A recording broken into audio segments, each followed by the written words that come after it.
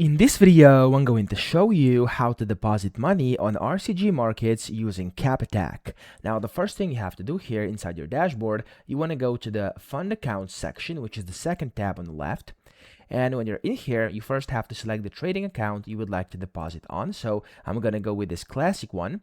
And then you have to put in the amount, which I'm going to do 100 USD. And then here it says customer identifier. This is where you actually have to put in your customer identifier. Now, of course, depending on whichever one you have, you want to type it in here. Just for this tutorial, I'm just going to put in 1. Okay, this is not my customer identifier.